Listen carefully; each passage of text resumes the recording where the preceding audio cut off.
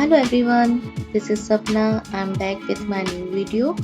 तो मेरे आज की वीडियो में आप जैसे देख पा रहे हो, मैंने दो तरह की राखी बनाई हुई है। एक तो है लेटर के राखी और दूसरी है लिटिल स्टार राखी। तो लेटर के राखी जो है वो मेरे बेटे के लिए मैंने बनाई हुई है, और के का ही मैंने यूज़ इसलिए किया है क्योंकि उसके नेम का फर्स्ट लेटर के है, तो इसलिए ये वाली राखी उसके लिए है। दूसरी राखी है वो लिटिल स्टार राखी, मैंने उसको नाम दिया हुआ है, मैंने मेरी बेटी के लिए बनाई हुई है। तो चलिए स्टार्ट करते हैं।